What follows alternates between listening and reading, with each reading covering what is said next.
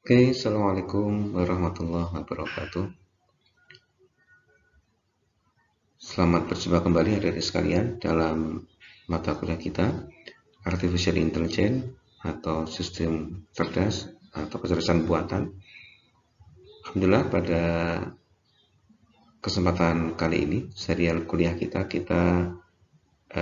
masuk pembahasan tentang algoritma fuzzy logic system, dan kita pada hari ini akan melihat overview secara global sistem fuzzy itu seperti apa. Setelah sebelumnya kita pernah membahas terkait dengan himpunan fuzzy, kemudian juga operasi-operasi yang berlaku pada himpunan fuzzy, kemudian juga eh, relasi antar himpunan fuzzy. Nanti ada rule begitu, ya, relasi itu sebagai rule antar himpunan begitu kita tarik sebagai rule. Lalu kita juga sudah diskusi terkait dengan fuzzy reasoning, bagaimana kita mencari kesimpulan, ya, dari rule-rule yang sudah kita punyai dan juga dari kenyataan yang ada. Oke, pada kesempatan kali ini kita akan melihat secara global bagaimana posisi masing-masing tadi itu. Kita akan review dan kemudian menempatkan sesuai dengan porsinya masing-masing. Baik, teman-teman sekalian,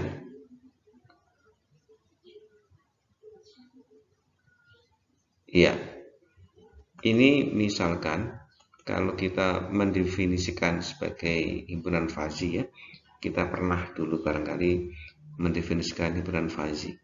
Jadi dalam fuzzy itu ada yang namanya derajat keanggotaan.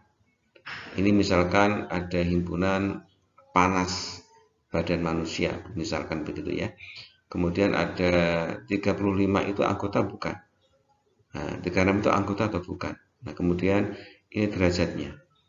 Berarti kalau dia 0 berarti dia bukan anggota. Kalau kemudian dia 0,1 dia menjadi anggota tapi derajatnya 0,1.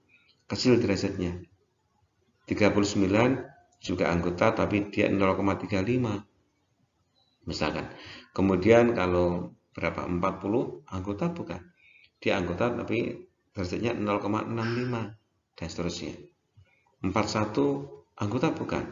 Dia anggota derajat 0,9. 42 anggota bukan. Anggota dengan derajat 1. Satu ini adalah yang paling tinggi, teman-teman sekalian, ya. Jadi satu merupakan anggota derajat membership function yang paling tinggi. Ini kita lihat di sini. Ini satu, ini paling tinggi. Paling kecil adalah 0, berarti dia bukan anggota. Nah, ini semua kita dapatkan dari mana? Dari eh, ini grafik membership function. Ini kita pernah sampaikan bahwa dalam suatu himpunan fuzzy itu ada membership function, ya, suatu fungsi, nanti fungsi itu digunakan untuk menentukan derajat keanggotaan. Nah, ini adalah suhu masing-masing tadi kan ada 36, ada 37, ada 38 sampai dengan 42. Apakah dia menjadi anggota ataukah bukan? Bagaimana caranya? Nah, kita lihat ini adalah grafiknya di mana posisi masing-masing itu. Ini kalau 36 dia anggota tapi dia 0 derajatnya. Tadi 39 dia anggota, derajatnya berapa di sini? Ya, kan begitu kan? 40 berapa di sini? Nah, tadi ini simpulannya ini kan. Anggota berapa derajatnya masing-masing itu. Nah, kita lihat di situ teman-teman sekalian. Nah, ini adalah himpunan fuzzy. Oke. Ya. Kalau kita kemudian bicara fuzzy, maka di sana artinya kita menggunakan pendekatan human thinking. Bagaimana manusia berpikir? Manusia berpikir, lalu kita mencoba pendekatannya menggunakan pendekatan bahasa keseharian manusia. Sehingga nanti kita ada namanya linguistic variable, ini variabel linguistik, lalu juga ada namanya linguistic value. Jadi variabelnya itu adalah tempatnya yang besar begitu, tempat isinya, tempat himbunannya itu. Kemudian kalau linguistic value, nilainya masing-masing itu berapa begitu. Nah, ini misalkan linguistic variable dia adalah panas tubuh manusia, misalkan begitu. Kalau numerical level itu adalah 36, 37, 38 itu adalah numerical level. Sedangkan linguistic value begitu. Linguistic value-nya nilainya itu apa saja begitu. Ini kalau kita tadi memiliki variabel linguistiknya adalah panas tubuh manusia, kita memiliki misalkan low temperature, normal, rise temperature, temperatur yang panas ya, mulai meningkat, rise, strong fever, demam yang teramat sangat. Nah, ini contoh linguistic variable ini dan juga linguistic value yang ada pada fuzzy. Nah, linguistic value ini masing-masing memiliki membership function. Ini membership function untuk low temperature berbentuk apa ini? Trapesium. Ini miliknya normal berbentuk triangular. Rise temperature juga triangular. Strong fever juga dia berbentuk apa namanya ini? Trapesium. Oke. Nah, teman-teman sekalian, lalu nanti kita perlu mengubah bagaimana mengubah dari nilai apa namanya numerik ini misalkan 30 derajat menjadi nilai linguistic value begitu, menjadi nilai fuzzy. Bagaimana caranya? Nah, ini kita lihat 38 kita tarik, kita masih ingat yang sesi sebelumnya ini ada namanya cylindrical extension, kemudian juga projection ya, teman-teman sekalian. Kita tarik, kita potongkan dengan grafik itu. Hasil perpotongannya kita proyeksikan pada sumbu yang lainnya. Nah, ini misalkan 38 derajat ini dia menjadi anggota rise temperature dengan derajat keanggotaan berapa di sini. Nah, kita lihat nilainya. Berapa nilainya? Misalkan di sini adalah 0,9 misalkan. Ya. Kemudian 38 juga menjadi anggotanya apa ini? Strong fever, tapi derajatnya berapa ini? Mungkin 0,1 misalkan begitu. Nah, itu cara kita untuk nanti mendapatkan nilai linguistik gitu ya ke dunia fuzzy yang didapatkan dari numerical value begitu. Baik. Nah, teman-teman sekalian, kalau kita bicara elemen-elemen fuzzy itu seperti ini sebenarnya. Jadi antara numerical level numerik di dunia nyata yang kita mengukur sehari-hari secara eksak dengan dunia fuzzy itu terpisah. Ini kita lihat, ini adalah garis putus-putus ini memisahkan antara di dunia tadi, kedua hal tadi itu ya, teman sekalian. Yang bawah ini adalah numerical level. Ini adalah level numerik yang sehari-hari kita eksak, kita ukur secara pasti begitu ya. Berapa suhunya, berapa kecepatannya begitu. Nah, kemudian ketika nanti kita ingin memprosesnya, mengolahnya ke dalam dunia fuzzy, maka kita perlu mengubahnya ke dalam linguistic level namanya, ya, ke bahasa-bahasa manusia begitu, yang menggunakan bahasa. Ada linguistic variable, linguistic level begitu. Proses pengubahan dari numerical level menjadi linguistic level namanya adalah fuzzifikasi. Nah, ini prosesnya. Kemudian setelah kita punya nilai fuzzy di sini nanti ya, nilai fuzzy di sini teman-teman sekalian, lalu kita olah nanti. Pengolahannya menggunakan apa? Pengolahannya menggunakan rule yang sudah kita dapatkan. Kita punya rule, kita punya kenyataan, lalu kita mencari kesimpulan, mencari nilainya, outputnya. Proses itu namanya dinamakan sebagai fuzzy inference system. Nah, nanti untuk mencari conclusion, mencari kesimpulannya di sini.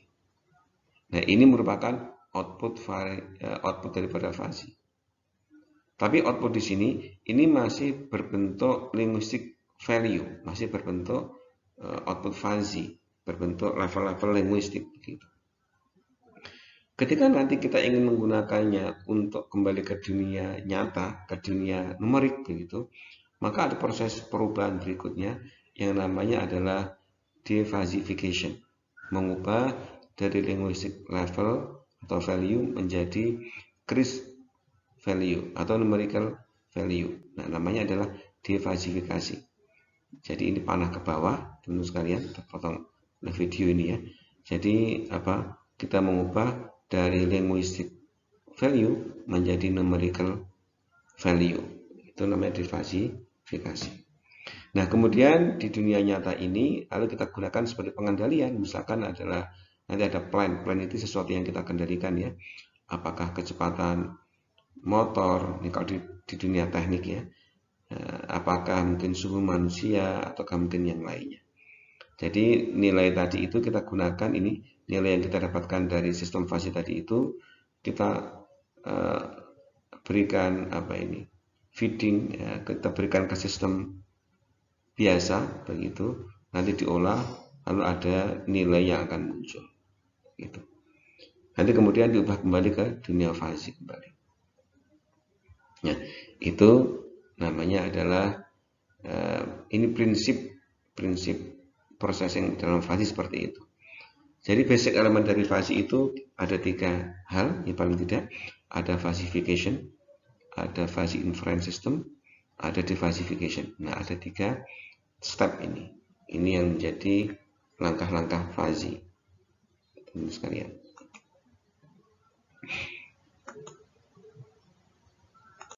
Baik, kita lihat slide berikutnya. Nah, ini contoh teman-teman sekalian, contoh penggunaan fuzzy ini kebetulan di dunia teknik ya, teman-teman sekalian. Nah, walaupun fuzzy juga bisa digunakan dimanapun, nggak harus teknik, sosial, pendidikan, ekonomi juga bisa. Tapi untuk contoh kali ini kebetulan di dunia teknik. Ini adalah contoh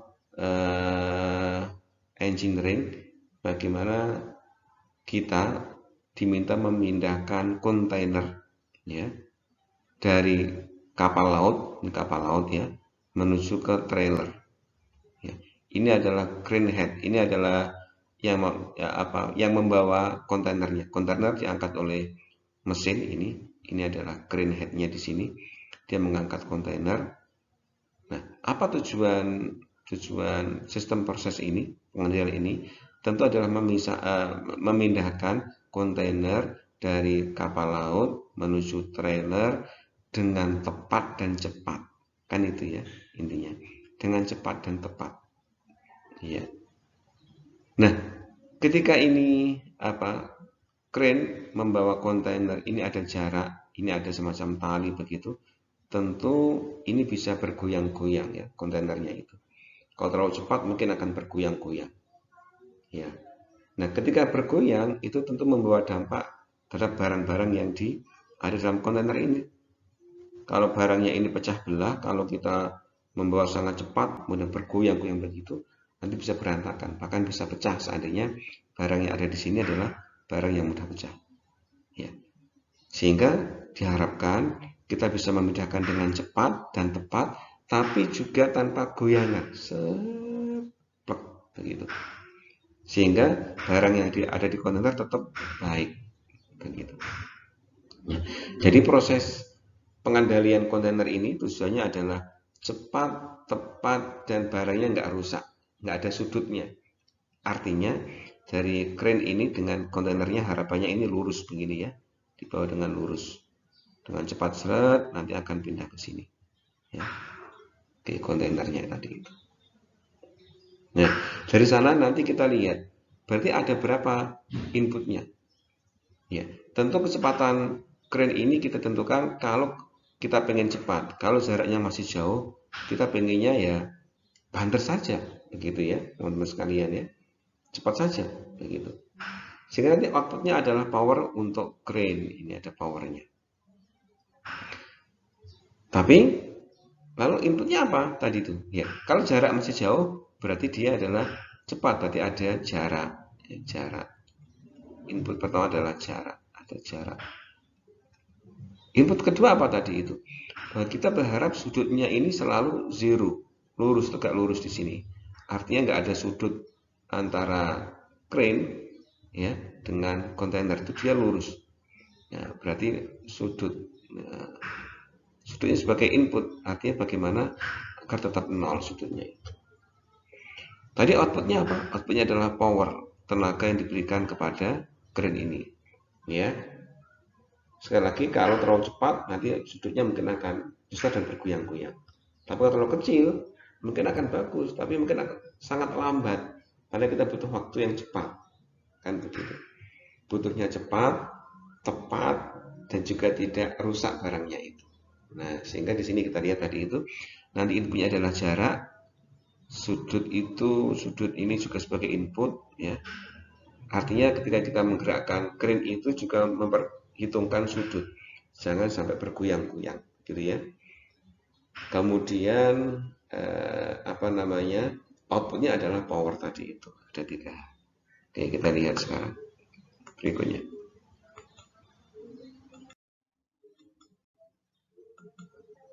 Nah, oke, jadi sudutnya, outputnya, nanti yang menjadi inputnya fase ini kita lihat ada sudut dan jarak. Ini diukur dari kenyataan kontainer ya.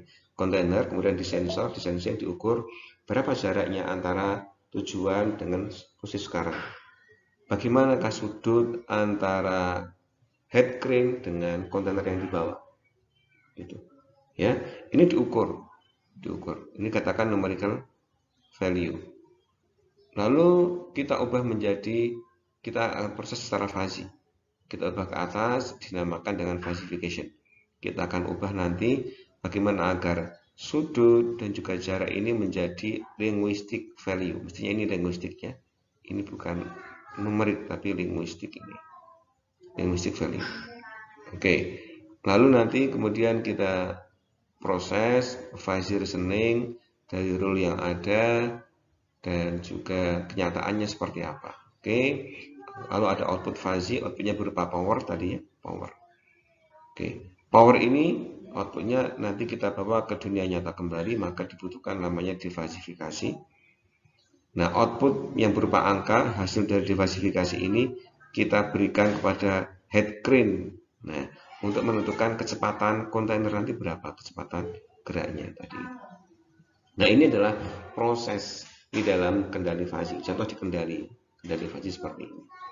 Ya, bagaimana dari di dunia nyata ini yang bawah ini ya, numerical level ini kita ubah menjadi dunia fuzzy, diproses dalam bentuk fuzzy, outputnya diubah lagi ke dalam dunia nyata, lalu kita berikan kepada plan. Plan itu adalah sesuatu yang dikendalikan, namanya plan ya. Plan. Misalkan tadi ada kontainer, itu plan ya, di sini dalam contoh ini. Oke, kita lihat berikutnya. Teman-teman, ya. Ini misalkan ya, teman-teman sekalian, tadi inputnya ada 2. Apa inputnya? Ada jarak dan juga sudut. Nah, lalu untuk merancang fuzzy, maka masing-masing input ya, yang berupa linguistic variable ini itu tentu membutuhkan linguistic value. Ya. Ya. Inputnya ada 2, apa? Distance, jarak. Jarak itu variabelnya ya, variabel jarak. Lalu dalam fuzzy membutuhkan linguistic value. Ada berapa? Misalkan ada di sini ada jauh, medium, ya, dekat, zero, ya, negatif close, ya, berkelebihan tapi dia close, dekat begitu. Ya. Ada 1, 2, 3, 4, 5. Ada 5 buah input untuk jarak. Ya, ada 5 buah linguistic value untuk jarak. Kemudian sudut kita punya positif big, positif small, zero, negatif small, juga negatif big. Nah, kita juga memiliki berapa ini? Memiliki 4 juga, ya, 4. 5 ya. 1, 2, 3, 4, 5, memiliki 5. Powernya sebagai outputnya fuzzy begitu, kita memiliki power. Di sini ada positif high, positif medium, zero, negatif medium. Kita punya 4 powernya. Nah, tentu masing-masing linguistic value ini memiliki membership function. Sebagaimana dulu ya pernah kita bahas ya teman-teman sekalian ya.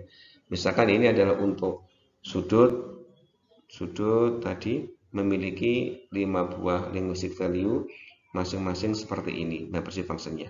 Negatif big, negatif small, zero, positif small, positif big. Oke, ini ada yang berbentuk apa? Trapesium, ada bentuk triangular, trapesium kembali. Nah, begitu. Lalu nanti ada proses falsifikasi, apa itu? Mengubah nilai numerik menjadi nilai fuzzy. Itu caranya adalah dengan bantuan membership function ini. Contoh misalkan, nah di sini ada nilai misalkan sudutnya 4 derajat. Ini contoh kasus 4 derajat. Lalu kita gunakan membership function ini, kita potongkan ya, 4 itu dia termasuk anggota mana begitu. Ingat, kita menggunakan syndicate extension ya. 4 ditarik ke atas memotong grafik yang mana, kita proyeksikan ke sumbu yang lainnya. Nah, ternyata di sini kita lihat 4 ini menjadi anggotanya positif small, di sini perpotongannya. Dengan berapa nilainya? Nilainya adalah 0,8. Ini contohnya. Kemudian ternyata bahwa 4 juga menjadi anggota yang lain. Apa itu? Menjadi anggotanya 0. Oke, di sini anggotanya 0, perpotongan di sini. Berapa nilainya itu? 0,2. Nah, 0,2 ini. Ya, ini proses mengubah dari numerical level menjadi linguistic level, linguistic fuzzy. Ya, sedangkan 4 derajat nanti dia menjadi nilainya adalah positif small 0,8 dan 0 0,2. Nah, begitu. Hal yang sama juga untuk sudut, misalkan sudut katakanlah, tadi sudut sudah ya, jarak, untuk jarak distance ini, untuk jarak di sini ya. Misalkan jaraknya diketahui contohnya 12 meter, ini tertutup gambar video ya, ada 12 meter jaraknya. 12 meter itu menjadi anggotanya, kita tarik, tuh, ternyata dia menjadi anggotanya medium di sini, perpotongannya. Berapa dia derajatnya? 0,9. Ini 0,9 di sini. Oke. Ternyata dia juga menjadi anggotanya apa ini? VAR, cuma nggak kelihatan ya ini ya. Dia juga memotong VAR dengan derajat 0,1. Di sini ternyata ada grafik VAR ini, trapesium 12 meter misalkan di sini. Ini memotong VAR dengan anggota 0,1. Oke. Nanti ada titik bisa lihat bahan tayang yang saya sertakan di Bismart ya. Ini terpotong sehingga nggak kelihatan perpotongan antara VAR dengan nilai 12 ya, jaraknya 12 ini ya. Nah, kemudian kita punya rule. Rule-nya apa? Contohnya ada 3 buah rule di sini. Rule pertama, if distance sama dengan medium and angle sama dengan positif, begitu ya, positif small, then power sama dengan positif medium.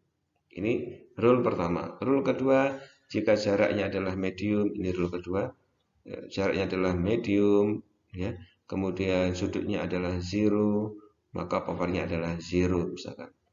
Lalu rule 3, jika jaraknya adalah far, jauh, dan sudutnya adalah 0, maka powernya adalah positif medium. Ini misalkan ya, rule 1, rule 2, rule 3. Kita punya 3 buah rule. Nah, nanti kemudian dari rule yang ada nanti dan dari kenyataannya sebagaimana kondisinya, nanti kita akan menghitung atau apa namanya, composition begitu ya, menghitung nilainya berapa. Ya. Untuk kali ini kita akan percepat saja. Ada composition ya. Ada aggregation yang menghubungkannya adalah if, kemudian compositionnya adalah ya if then itu ya compositionnya. Oke.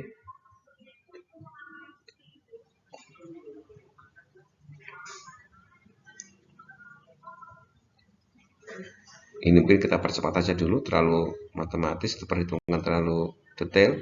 Sementara kita percepat, ya. Jadi kemudian dihitung bagaimana nilainya dari kenyataan yang ada dan juga dari apa, teman-teman sekalian, dari rule itu dihitung, aggregation, gitu. Nah, kemudian akhirnya, ya, nanti kita akan mendapatkan hasil begitu, hasilnya. Ini diversification. Nah, hasil itu kan masih berbentuk fuzzy, untuk outputnya fuzzy ya.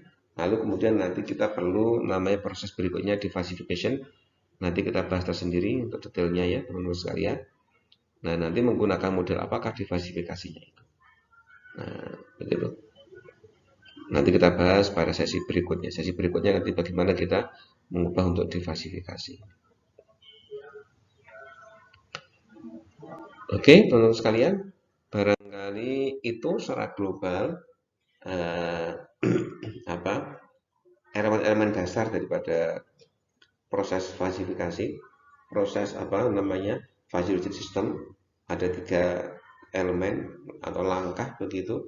Ada falsifikasi, ada fuzzy inference, Perhitungan itu adalah cara untuk mengambil kesimpulan agregat dan juga composition itu. Lalu kemudian juga ada diversifikasi untuk mengubah kembali dari nilai fuzzy menjadi nilai numerik. Nah, ada 3 langkah itu. Insya Allah detail terkait dengan fuzzy reasoning itu sudah kemarin, tapi untuk yang diversifikasi atau sesi yang sebelumnya ini ya, untuk yang fuzzy reasoning, untuk yang diversifikasi nanti akan kita bahas pada pertemuan berikutnya insya Allah. Mungkin begitu eh, kuliah untuk sesi kali ini, untuk pada hari ini. Kita nanti akan lanjutkan pada sesi berikutnya, di sesi yang lain, sesi berikutnya. Dan ketika Anda nanti barangkali memiliki pertanyaan atau masukan-masukan, silakan nanti dituliskan di komentar begitu ya, atau mungkin juga bisa disampaikan ke saya. Demikian, terima kasih atas perhatian Anda. Sampai ketemu di sesi berikutnya. Sehat selalu ya. Semoga Allah mudahkan semua urusan kita. Terima kasih. Assalamualaikum warahmatullahi wabarakatuh.